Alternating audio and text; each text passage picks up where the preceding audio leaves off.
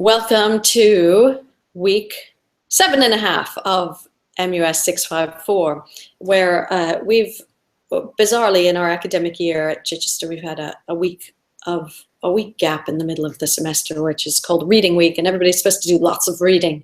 And so I put up an extra page, which got us thinking about what's a curriculum and how does it work, and that fed into how do we create a rationale for things.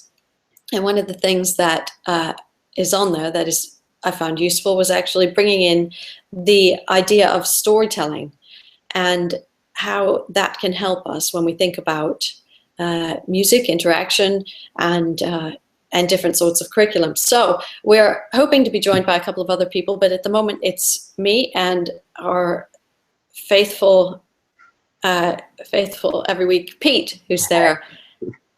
Hey, welcome, Pete. So, I was thinking one of the articles that I'm going to try to toggle between screens. One of the articles that I put up for people to read was something called Curriculum Theory and Practice, and that's a bit heavy going, but it went through and it described all these different sorts of ways of thinking about curriculum. And I think it's kind of a scary word, curriculum, in and of itself, because there's like, well, is it a syllabus? Is it a thing? Is it something you do? I don't know. And then if you're the teacher and you're supposed to be making this up and making sure it's good, how do you do it? And what's your model? And there are a lot of questions. So I think the easy place to start is what kind of thing you don't want it to only be. And one of the things that comes up time and time again is that a curriculum isn't only, or can't ever be really only, a handbook or something, some sort of list written on a piece of paper. In many disciplines, in any discipline, I'd hope to say, but especially in music. And sometimes when we get stressed about how are we going to organize things and what exactly are we going to do, people tend to boil things down to those lists. What are you playing for your concert? And there's a big difference between a list of a couple of pieces and a whole curriculum. So I know that in one of the things that we've done in discussing this, when there were more than two of us, was to say what kind of think of a concert you did in the past, and what kind of time scale did you give yourself to prepare for that, and looking back, how do you learn all those things? And it may be that you're only actually playing one or two pieces if it's a big bit of repertoire, but the learning that goes along with it is far more than the name of that concerto or that song. And it's about the interaction, but it's tricky. So how do we then move on to quantify that in a way that helps people like us who are musicians put in some sort of an external way how you're trying to plan that kind of thing? It's a tricky one. So I don't know, Pete, do you have any ideas? They can be real or invented, where on when you've learned a big piece and in your mind you've had that one piece as the goal, but can you think of something that has also influenced the way that you've learned it along the way? Have there been other things that contributed to the journey of learning a piece? To be honest with you, I've actually got one at the moment that I've been trying to learn for a long time, since about second year. And I'm still roughly at the same place, but that's something I'm trying to push through. It's kind of a bit of a wall at the moment. But the last piece that I learned, the reason, I think one of the things that helped me with it was breaking it down, because it's kind of assessing the problem. Do you know what I mean? Rather than thinking of it as this big thing, rather than thinking as a curriculum as the whole year, you could think of it more as 3 months here, 3 months here, and 3 months here sort of thing. Like, it's more seeing the song as like, okay, this is the intro, this is the verse, this is the chorus kind of thing. That's what got me through, because then you can learn each section, um, and it makes it's more manageable chunks. So I would think that, like, it's the same with any big problem or any big assessment or whatever, is like tackle it in a way that makes it manageable to you, because otherwise you'll either just be overloaded or you won't even bother because it doesn't seem manageable. So you'll either put it away or you'll learn something else, whatever, and you just never actually reach your goal. So you sort of create the steps to reach your goal for yourself, and then that enables you to get there. This is another question. This is like this is like a teacherly heavy session at the moment. But how about the role of the interaction between the student and the teacher? Like, even now, this kind of thing where we chat through things. I think that musically it happens in a number of different ways, and sometimes it happens when people have lessons and they go and there's like the teacher listens and they talk about things and they play back things. But how have there been times when that kind of teacher listening is really useful for you? And have there been times when you've been able to be your own listener and help you progress? There's certainly been times when I've been the own listener, like the latter of those two things, because the entire sort of first 3 or 4 years I was learning guitar, I was self-taught. So I was learning, I was my own teacher, I was the learner, I was doing everything. I was picking the repertoire, making the curriculum, whatever you want to call it. That was all on me. So definitely with the second of those two. What was the first again? Sorry.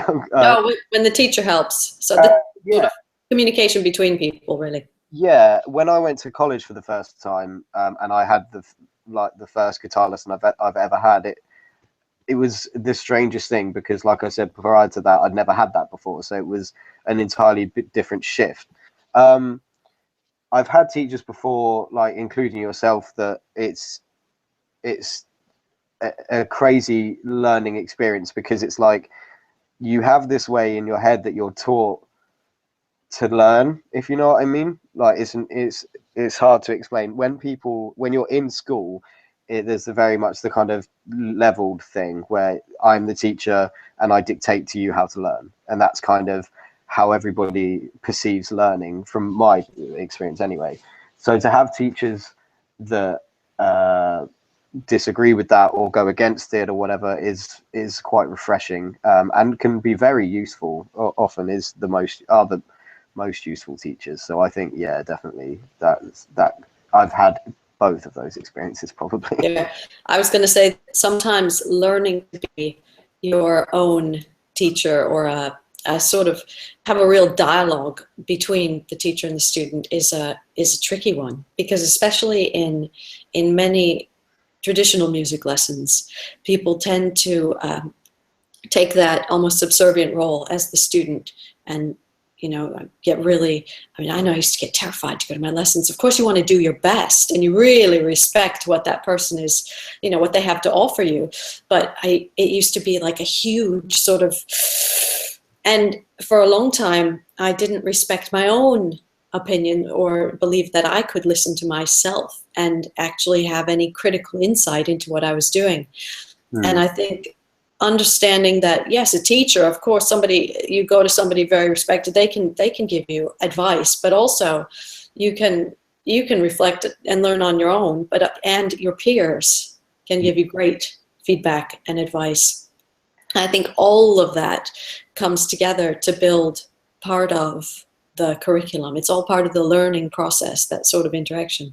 I think that's a really interesting point, because when I was much younger, I started playing the piano, and I had the typical one-to-one classical piano lessons where you're about like 2 foot tall, and the teacher comes in and seems like this terrifyingly like scary person who's just infinitely good at the piano or whatever instrument it is.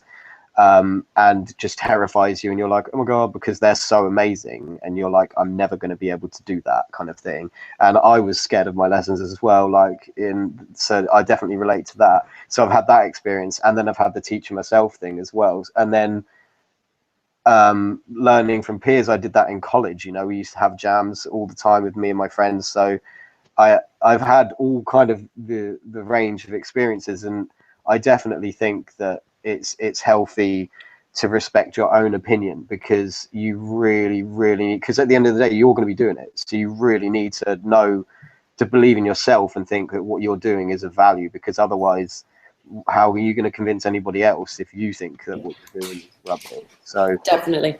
I think learning to be your own teacher and learning to express your own opinion and respect your opinion is very important. I'd agree 100,000,000%. And also, if you don't have that chance to develop, I mean, it can be a risk for a teacher to develop that in their students, because if I develop that in a class, I don't know what my students are going to say.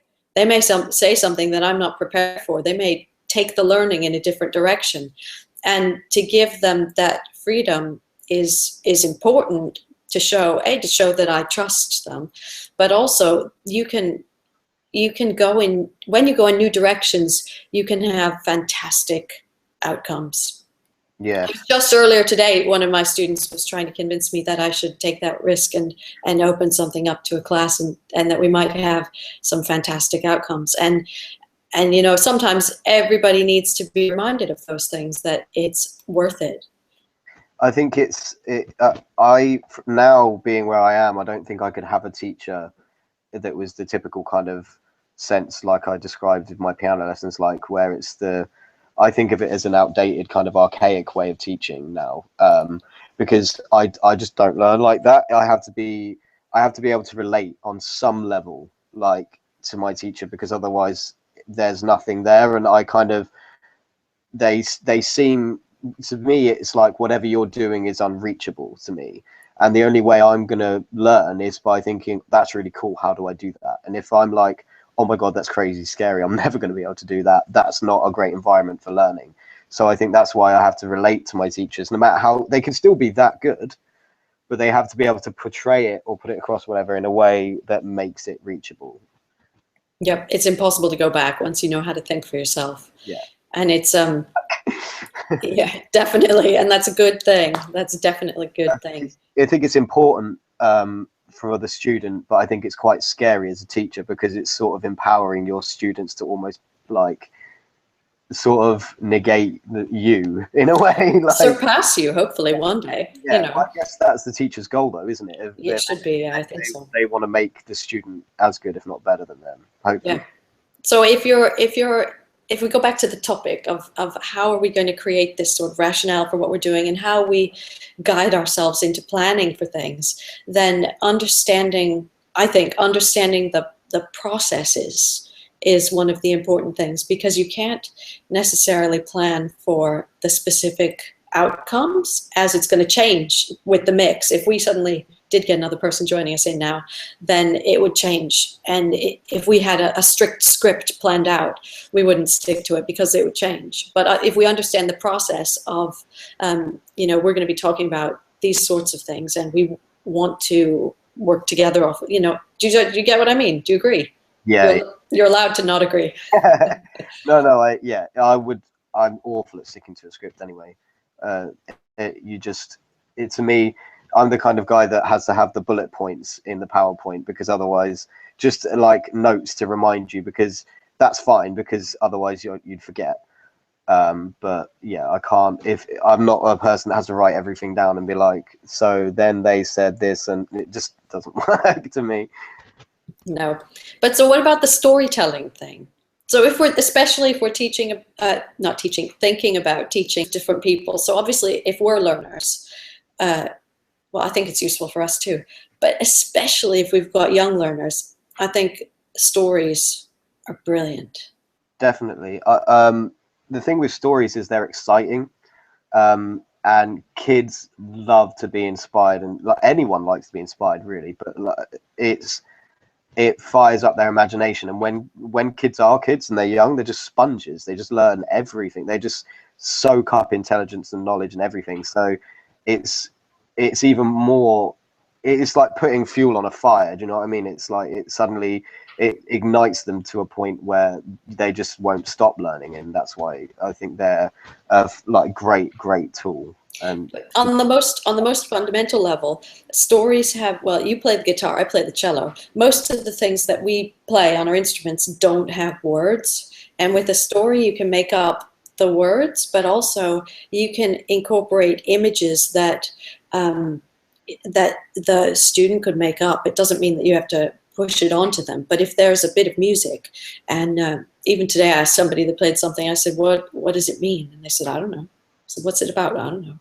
Well, you know, you can, I said, like, I hear some shooting stars, and this was like a grown-up as well. But you know, it can be anything. But with stories, they have, like, often, usually, a beginning and a middle and an end, and there's some adventure, and you know, along the way, and you might stop and look at things. And if we go back to that, having one piece to learn that takes a long time, sometimes knowing that, you know, you're going to go around a corner and there's something really interesting there, but then we're going to move on because there's our goal over there. It can be quite useful to keep that motivation going.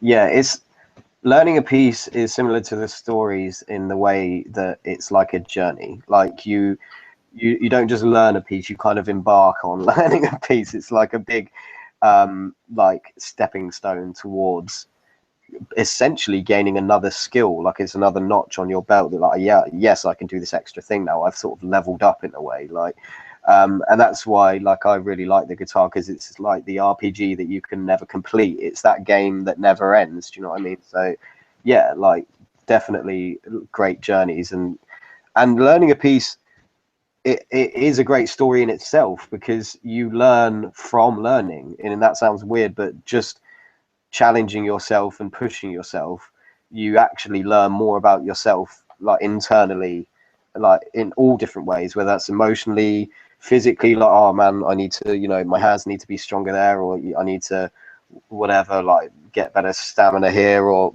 you know, practice, I don't know, second position, whatever it is. You learn so much more about yourself, or your weaknesses or your strengths. So yeah, that's why it's such a big journey when you take on another huge piece that's a bit out of your comfort zone, because you have to go against all of those obstacles. Sometimes those obstacles are too much to mentally take on board at one time as well. You think, like, oh, I can't do that. We've all thought that, even though of course we can.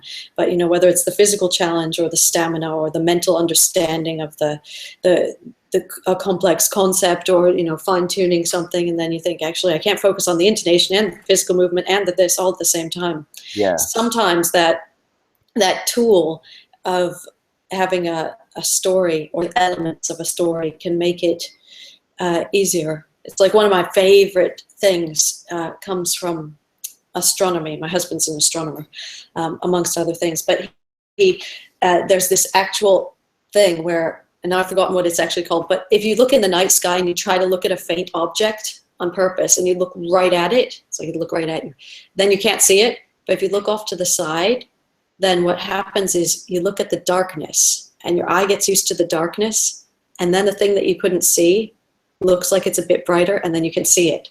Yeah. And so, like, sometimes when something's very hard in learning, instead of just bashing against that thing again and again, if you take a step back, and it might be that you use a metaphor or analogy, one of those, a literary technique that happens in a story, and you describe it, and it might become a flavor. And then all of a sudden you go, yeah, but I totally know what fresh strawberries taste like. Of course I do. Well, how do they sound? And that's something I stole from my teacher, my cello teacher. But you know, that's what we do. We take the best things from all the different people that we hear and know and meet, and different performers and performances, and use them. And that sort of storytelling technique, it's something I've seen in different, not just music, but other disciplines. Yeah. And and also we're familiar with that. People tell stories, little kids tell stories before they can play fancy formal instruments or read notation. So it's something, it's always a good thing to go from what you know to the unknown and make that bridge. Yeah, no, definitely. It's I had an idea in my head now, and now I've like completely forgotten it. I hate when that happens. It's like when you're It'll come back. Come back to me, yeah. It will. It's hard though. It It is hard. Oh man, that's so aggravating. I can't stand that. That's okay. But sometimes as well, uh, it triggers more, I don't want to say, well, I do want to say more intense learning, more sort of solid learning. Hmm. If you learn things in different ways. So often if you're going to give a presentation, people will tell you you should present things in as many ways as possible. If you want somebody to memorize something, it's not just like in the old days, like the beginning of The Simpsons, write on the chalkboard 500 times. Hmm. I don't even think they make chalkboards anymore, but but so they say, like, if you can read it and you say it and you listen to it and you can touch it and you do it, and you can't always, you don't want to taste chalkboards, but or guitars, or but you know what I mean, as many different ways. Hmm. And so if you've got some music and you read the music and then you can listen to the music and then you do the music, but then you also get that image of the music, what am I aiming for? And it'll make it stick more, I think. It's It's a sort of like useful thing. that teaching thing, isn't it? Like there's like the hierarchy, and if you can teach something, then you know it the best. Like, because you have to understand something to be able to portray it to someone else. Like, there's no two ways about it, because they might ask something, and if you didn't fully understand it, you go, what? But then if you did, you'd be able to properly teach it to them, and then they'd know it, and that shows your full understanding of something, as opposed to just, I can regurgitate information. I can teach information is a completely different thing, and that's why that's at like the top of the hierarchy or whatever it is. That's why that's considered the best, because you have to know everything about it to be able to do it. That's good. So I'm letting that sink in. Yeah. I was trying to remember what I was going to say earlier, and I think it was to do with the star thing, because you were saying, like, when you look away, then it becomes into focus more. It comes into focus a lot more, and it's sort of um, that idea that it's like learning is sort of a linear structure thing, whereas it's really not when you think about it. It's sort of like the only way I can describe it is a journey, basically. Like, you're not always going in the same direction. You can go left or right or up or down, backwards. Sometimes you have to step back to inevitably end where you want to, like, if you're walking to uni, you might take the same route every day, but it's different because you might have like a car here one day, or there might be someone in your way, whatever. Like, you don't always do things exactly the same, even if you have the same goal. Like, you want to learn that piece, so you go about it a similar way, but it's different every time, because everything has its own challenges, and you have to adapt to those challenges, like, or it might be raining one day, so you might take a different route, so it's like you have to approach learning with that kind of flexibility, in the sense that I want to I'm going to allow myself to look away so I can see that thing, and that's why I think we're told that the first way you said, like, I'll just keep at it, just practice, practice, practice. But we're never actually told that you can practice in so many different ways, and you can practice in good ways and bad ways, and you can have effective practice that's essentially, the same as hours and hours and hours of terrible practice, and sometimes that's more important than just plugging away at something. You look away, and then sometimes that allows you to see what you're doing wrong, or where you need to go, and that's, I think, what it can be useful. It can indeed, definitely. But to get to that point, that sort of level of awareness that you've just described, it goes back to the teacher encouraging the students to be able to think and have the skills and the awareness to know what they're doing. Because if we go back to the one that we don't want, where it's a list of things, either tasks, things to do, go do this, go do that, go do that, you're done, well done, go to the next one, then you can go through that without, like the horse with the blind things on, and you just trot, trot, trot, trot, trot, trot, done, got there. Yeah. And you go, but you don't know where you've been. And most of it is about that journey. especially in music. Heavens, how much time do we spend learning compared to how much we perform? Yeah.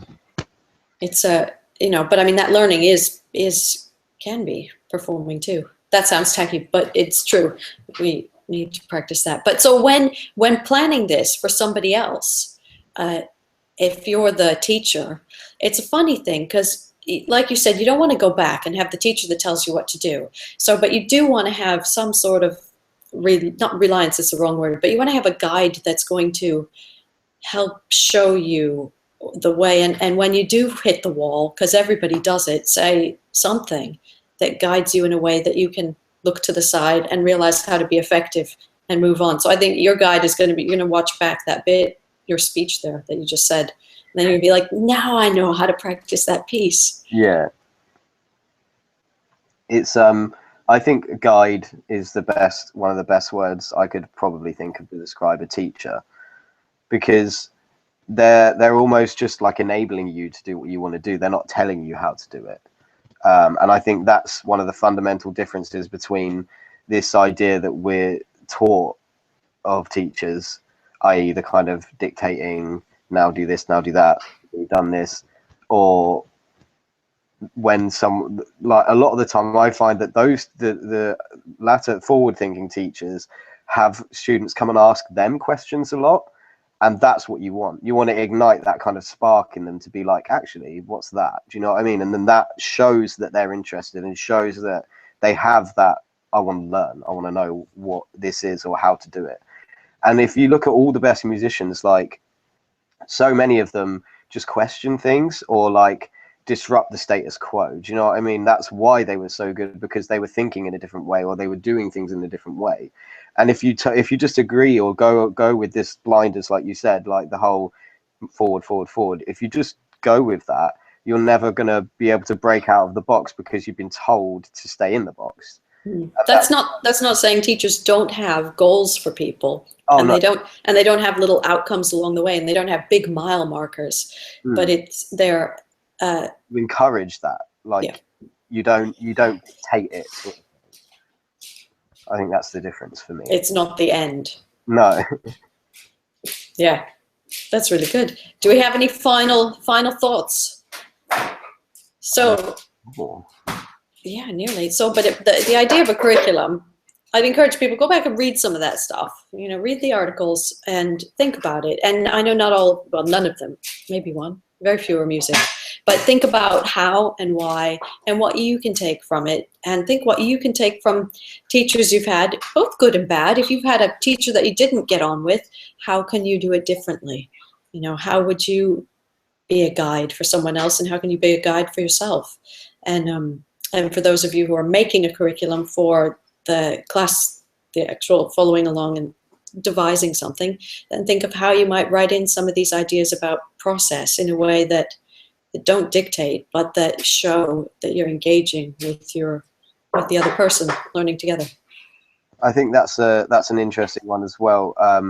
Is that we're encouraged to think in binaries, in the sense that like something is either wholly good or wholly bad, and I think it's often you can take good and bad from everything. Do you know what I mean? In the sense that I've had plenty of terrible teachers in my time, but in the sense of like having bad teachers lets you realize the good teachers. You recognize, you need the good to recognize, you need the bad to recognize the good, in the same way you need the light to be able to, the dark to be able to see the light. And that's why I think we shouldn't think like that. And that's probably my final thought.